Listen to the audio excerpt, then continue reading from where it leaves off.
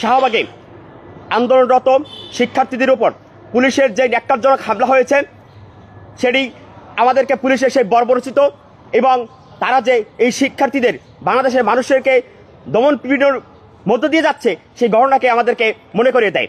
সম্মানিত উপস্থিতি, আমরা সেই হামলার তীব্র নিন্দা এবং প্রতিবাদ জানিয়ে আজকের এই সংবাদ সম্মেলন আয়োজন করেছি।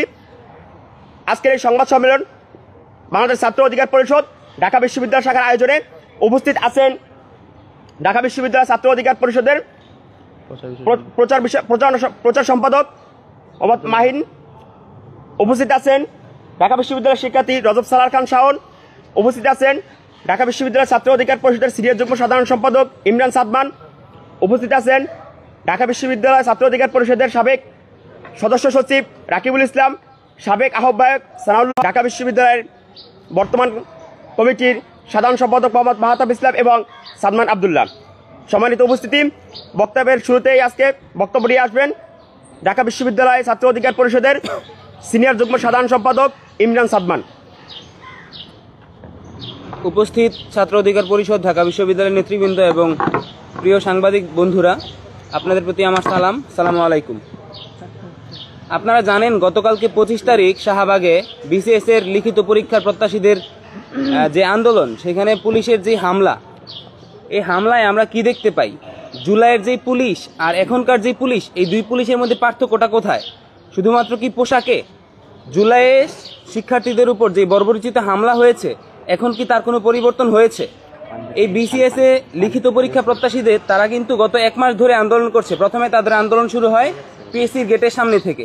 ঘটনাটা এমন নয় যে 27 তারিখ পরীক্ষা আর 25 তারিখ থেকে আন্দোলন শুরু হয়েছে। তারা কিন্তু দীর্ঘ 1 মাস যাবত এই আন্দোলন চালিয়ে যাচ্ছে।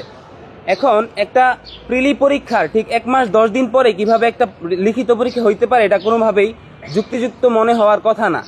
সেই ক্ষেত্রে এই লিখিত পরীক্ষার্থীদের আন্দোলনটা পুরোপুরি যৌক্তিক। আর একটা যৌক্তিক আন্দোলনে এই পুলিশ কিভাবে এইভাবে বর্বরচিত হামলা করতে পারে? আমি তখন চারুকলার সামনে পুরো 2 ঘন্টা ব্যাপী এই হামলা হয়। এখানে প্রায় 3 থেকে 4টা সাউন্ড গ্রেনেড, টিয়ারশেল ছাড়া হয়। এখন আমরা কি এই শিক্ষার্থীদেরকে জঙ্গি বলবো যে তাদের উপর এইভাবে হামলা হয়েছে? আর পুলিশরা তাদের কোন যোগ্যতা বলে বিসিএস পরীক্ষার্থীদের উপর এরকম হামলা করতে পারে? আমরা ছাত্র অধিকার পরিষদ ঢাকা বিশ্ববিদ্যালয়ের পক্ষ থেকে এই হামলার তীব্র নিন্দা জানাচ্ছি। ভবিষ্যতে যদি পুলিশের এরকম কার্যক্রম চলতে থাকে, তাহলে আমরা তাদের বিরুদ্ধে প্রয়োজনীয় ব্যবস্থা নিব। ধন্যবাদ ইমরান সাদমান ভাই। এবারে বক্তব্য দেবেন রাকিবুল ইসলাম, সাবেক সদস্য সচিব ঢাকা বিশ্ববিদ্যালয় ছাত্র অধিকার পরিষদ। ধন্যবাদ প্রিয় সাংবাদিকবৃন্দ। আপনারা জানেন বাংলাদেশ ছাত্র অধিকার পরিষদের জন্মই হয়েছিল এদেশের যুবকদের, তরুণ মেধাবী শিক্ষার্থীদের চাকরির অধিকার নিশ্চিত করবার সেই লক্ষ্য নিয়ে। 2018 সালের কোটা সংস্কার আন্দোলনের মাধ্যমে এদেশের যুবকদের চাকরির যে বড় একটি বাধা, সেই কোটা নামক জঞ্জালকে দূর করার মাধ্যমে বাংলাদেশ ছাত্র অধিকার পরিষদ বাংলাদেশের জন্ম লাভ করেছে। তার ওই ধারাবাহিকতায় শিক্ষার্থী, মেধাবী, তরুণ এবং যুবকদের বেকারত্ব নিরসনে, তাদের চাকরির আবেদন ফি কমানোর দাবিসহ শিক্ষার্থীদের অধিকার আদায়ে বাংলাদেশ ছাত্র অধিকার পরিষদ সবসময় আপোষহীন ভূমিকা পালন করেছিল। আমরা দেখতে পেয়েছি 2024 সালের অভ্যুত্থানে যেই কোটাকে কেন্দ্র করে শেখ হাসিনার মতো এদেশে গেড়ে বসা ফ্যাসিবাদের পতন হয়েছিল, এদেশের যুবকদের সাথে, এদেশের মেধাবী তরুণদের সাথে প্রহসনের মাধ্যমেই কিন্তু একটি অভ্যুত্থান সংগঠিত হয়েছিল। কিন্তু আমরা অতীব দুঃখের সাথে লক্ষ্য করছি, অতীব পরিতাপের সাথে লক্ষ্য করছি, যেই বেকার যুবকদের চাকরির যেই বৈষম্য নিরসনের মাধ্যমে, যেই বৈষম্য নিরসনের লক্ষ্যে একটি অভ্যুত্থান সংগঠিত হয়েছে, সেই মেধাবী তরুণ যুবকদের চাকরির নিরাপত্তা এখনো নিশ্চিত হয় নাই। আমরা 46-এ বিসিএস এ প্রশ্ন ফাঁস দেখেছি। একটি প্রশ্ন ফাঁসের বিসিএসকে বন্ধ করবার জন্য আমাদেরকে 1.5 মাসের অধিক আন্দোলন করতে হয়েছে, আমাদেরকে প্রায় 4 দিন অনশনে থাকতে হয়েছে। বাংলাদেশের এই নতুন অভ্যুত্থান পরবর্তী বাংলাদেশে শিক্ষার্থী বেকারদের, শিক্ষার্থী মেধাবীদের চাকরির যেই নিরাপদ আশ্রয় কেন্দ্র, সেই পিএসসির জায়গা থেকে এমন ফ্যাসিবাদী আচরণ আমরা সত্যি এটা ঘৃণাভরে প্রত্যাখ্যান করি এবং এটা আমাদের জন্য খুবই দুঃখের বিষয়। শুধু তাই নয়, 46-এর পরে 47 নিয়ে একটি প্রহসন আমরা দেখতে পেয়েছি। মাত্র 1 মাস 10 দিনের একটি বিজ্ঞপ্তিতে প্রিলি পরীক্ষার পরে কিভাবে রিটেন নেয়, কোন যুক্তিতে তারা এই রিটেন পরীক্ষার আয়োজন করতে যাচ্ছে, তা শিক্ষার্থী সমাজের কাছে কোনোভাবেই বোধগম্য নয়। সারা বাংলাদেশের শিক্ষার্থীরা যারা 47-এর পরীক্ষার্থী ছিলেন তারা প্রতিবাদ করছেন, তারা অনশন করছেন, আন্দোলন করছেন। শহীদ মিনারে আমরা তাদের অনশনে বিভিন্ন রাজনৈতিক নেতৃবৃন্দর সংহতি প্রকাশ করতে দেখেছি। তাহলে যেখানে বাংলাদেশের প্রত্যেকটা নাগরিক, প্রত্যেকটা রাজনৈতিক দল তাদের এই যৌক্তিক আন্দোলনের সাথে সংহতি প্রকাশ করছে, সেই যৌক্তিক আন্দোলনের বিষয়টি কি পিএসসির কর্ণকুহরে পৌঁছায় না? পিএসসির চেয়ারম্যান যারা আছেন, অভ্যুত্থান পরবর্তীতে তারা ওখানে বসেছেন, শিক্ষার্থীদের রক্তের ওপরে দাঁড়িয়ে যারা ওই দায়িত্ব পেয়েছেন, তারা কি শিক্ষার্থীদের এই দাবি দাওয়াগুলো কি তাদের কর্ণকুহরে পৌঁছায় না? শিক্ষার্থীরা অনশন করছেন, দাবি দাওয়া আদায়ের জন্য আন্দোলন করছেন, এই বিষয়গুলো কি তাদের দৃষ্টিগ্রাহ্য হয় না? আমরা বলতে চাই, যদি কান মোটা হয়ে যায়, আপনাদের কানে, মোটা কানে পানি ঢোকানোর জন্য কিভাবে যেই ব্যবস্থা করা দরকার সেই ব্যবস্থা আমরা করব। শিক্ষার্থীদের সাথে প্রহসন করবেন না। দ্বিতীয় কথা হচ্ছে, জুলাই অভ্যুত্থানে আমরা দেখেছিলাম পুলিশের সেই লাঠিয়াল মারমুখী বাহিনী, পুলিশকে একটি দাঙ্গা বাহিনী, পুলিশকে একটি গুন্ডা বাহিনীতে পরিণত করা হয়েছে। পুলিশের সংস্কারের নামে আমরা দেখেছি শুধু পোশাক পরিবর্তন হয়েছে।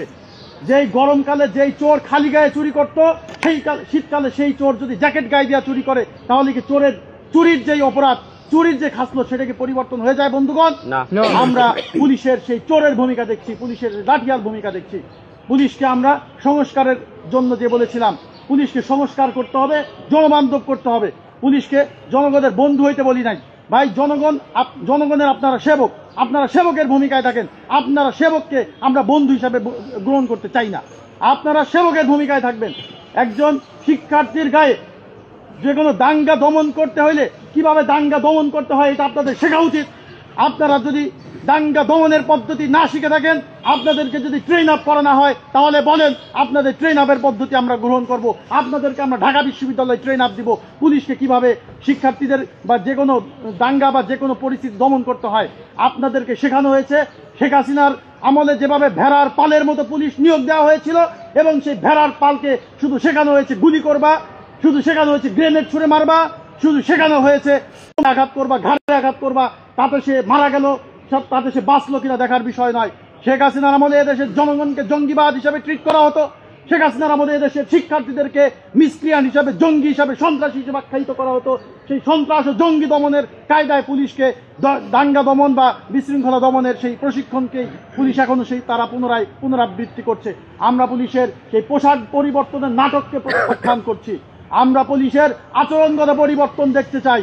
কোনো পরিস্থিতি যদি তৈরি হয়, আপনারা জল কামান ব্যবহার করেন। আপনাদের ওই ট্রেন আপের ব্যবস্থা করতে হবে, যেন যদি আঘাত করতে হয় আপনারা আঘাত করেন, আপনারা গ্রেপ্তার করেন। আপনারা মাথায় আঘাত করবেন কেন? 15 জন শিক্ষার্থী যাদের মাথায় আঘাত করা হয়েছে তারা আগামীতে এসপি হবে, আগামীতে ইওনো হবে, আগামীতে ডিসি হবে। রাষ্ট্রের মেধাবী শিক্ষার্থীদের মাথায় আঘাত করা, মেধার ব্রেনকে নষ্ট করে দেওয়া, এদেশের মস্তিষ্ককে ধ্বংস করে দেওয়ার যে ষড়যন্ত্র এদেশের হাসিনার বাহিনী করেছিল, আমরা সেই পুলিশের মধ্যে তারই পুনরাবৃত্তি লক্ষ্য করছি। পুলিশকে আমরা স্পষ্ট ভাষায় বলে দিতে চাই, শিক্ষার্থীদের প্রতিপক্ষ হবেন না, শিক্ষার্থীদেরকে প্রতিপক্ষ বানাবেন না। আমরা আপনাদের প্রতিপক্ষ হইতে আসি নাই। আপনারা যদি রাষ্ট্রের কোনো আদেশ পালন করেন, আপনারা অবশ্যই রাষ্ট্রীয় বিধিনিষেধ মোতাবেক পালন করবেন। অতি উৎসাহী হয়ে যদি রাষ্ট্রের জনগণের বিরুদ্ধে, রাষ্ট্রের মানুষের বিরুদ্ধে, শিক্ষার্থীদের বিরুদ্ধে দমন পীড়নের আচরণ করেন, হাসিনার পালিয়ে যাওয়ার পরে আপনাদের মধ্যে যদি শেখ হাসিনার যে পুঞ্জীভূত ক্ষোভ, সেই ক্ষোভের বহিঃপ্রকাশ যদি আপনাদের আচরণের মাধ্যমে আমরা দেখতে পাই, আমরাও শেখ হাসিনার বিরুদ্ধে আমাদের যে ক্ষোভ আছে সেই ক্ষোভ আমরা বাস্তবায়ন করব।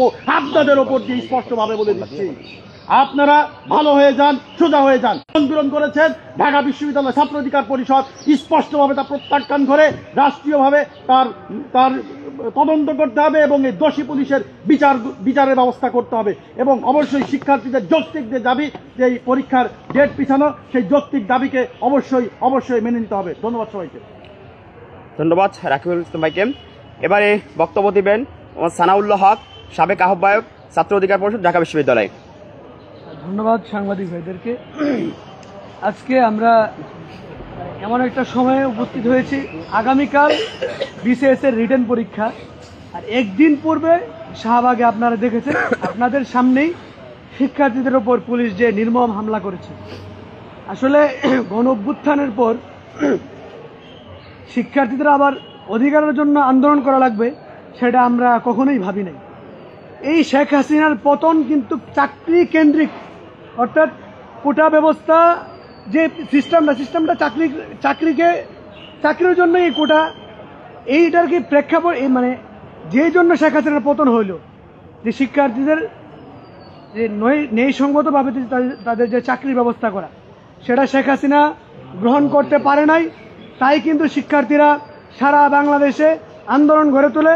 যখন ঢাকা বিশ্ববিদ্যালয় এবং বিভিন্ন ক্যাম্পাসে শেখ হাসিনার লাঠিয়াল বাহিনী শিক্ষার্থীদের ওপর যখন হামলা করে, তখন তার পতন ঘনিয়ে আসে।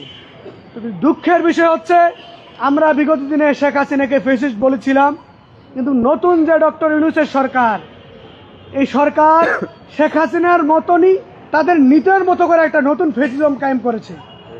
মানে প্রত্যেকটা সরকারই তার ক্ষমতা পাওয়ার পর সে নিজের মতো করে একটা ফ্যাসিজম কায়েম করতে চায়, যেটাকে সে মানে যে নাম দেওয়া হয় গণতন্ত্র, কিন্তু তাদের কার্যক্রমটা হচ্ছে ফ্যাসিজম। ডক্টর ইউনূস যদি সে বারবার তার বক্তব্য বলে শিক্ষার্থীরা হচ্ছে তাকে ক্ষমতায় বসিয়েছে, যদি শিক্ষার্থীরাই তাকে ক্ষমতায় বসে থাকে, তাহলে কেন শিক্ষার্থীরা যখন দাবি দাওয়া নিয়ে রাস্তায় নামে তাদের ওপর পুলিশ বাহিনী নির্মমভাবে হামলা করবে? ঠিক। এই যে ডক্টর ইউনূসের পুলিশ বাহিনী, আপনি দীর্ঘ 1 বছরের বেশি অতিক্রম হইল, এখনো পর্যন্ত আপনি পুলিশ বাহিনী সংস্কার করতে পারেন নাই। আপনাকে এখানে বসানো হয়েছিল পুলিশ বাহিনী সহ রাষ্ট্রের যে অধপতন, বিভিন্ন দুর্নীতি, সবকিছু সিস্টেম পরিবর্তন করার জন্য। কিন্তু অত্যন্ত দুঃখের বিষয় হচ্ছে, রাষ্ট্রীয় কোনো কাঠামোর পরিবর্তন আপনি করতে পারেন নাই। বিশেষ করে পুলিশের, যাদের মাধ্যমে বাংলাদেশের গণতন্ত্র বিচার ব্যবস্থা ধ্বংস করা হয়েছে, এই পুলিশ ভাইদের মাধ্যমে। আমরা পুলিশদের শত্রু না, আমাদের নিজেদের ফ্যামিলির অনেকেই পুলিশে চাকরি করে, আমার ফ্যামিলির লোকজন পুলিশে আছে। আমি তাদেরকে, যখন মানুষ পুলিশকে গালি দেয় তখন আমি নিজে লজ্জা পাই। আমি চাই পুলিশ বাহিনীকে বাংলাদেশের মানুষ সম্মান করুক, তাদেরকে যথাযথভাবে কাজ করার সুযোগ করে দেওয়া হোক। কিন্তু যেই সরকারি দায়িত্ব পায়, তারাই পুলিশকে তাদের নিজের মতো করে পুলিশকে ব্যবহার করে, আর পুলিশকে মানুষ গালি দেয়। পুলিশ ভাইদের প্রতি আমাদের অনুরোধ থাকবে, আপনাদের প্রতি যেই সরকার আসুক আপনাদেরকে ব্যবহার করে, আপনাদের বোঝা উচিত যে আপনারা জনগণের সেবক। জনগণের যে যারা চাকরি প্রার্থী, তারা তো কোনো পুলিশ ভাইদেরই আত্মীয় স্বজন। এই যারা বাংলাদেশের মানে লক্ষাধিক যে পুলিশ সদস্য, তারা তো আমাদের মতো ফ্যামিলি থেকে উঠে আসা পুলিশ। তারাও তো চাকরি পরীক্ষার মাধ্যমে এখানে গেছে। বিশেষ করে যারা অফিসার লেভেলে আছে, তারা কিন্তু বিসিএস এর পরীক্ষার মাধ্যমে সেখানে অফিসার হয়েছে। তাদের শিক্ষার্থীদের আবেগের যে আবেগ, পরীক্ষার যে পেপারে যে আবেগটা তাদের বোঝা উচিত। সেই জায়গা থেকে আমরা বলবো, আপনারাও সংযত হন। আন্দোলন, শিক্ষার্থীরা যখন তাদের যৌক্তিক দাবি নিয়ে আন্দোলন করবে, তখন আপনারা এভাবে নির্মমভাবে কখনোই হামলা করতে পারেন না।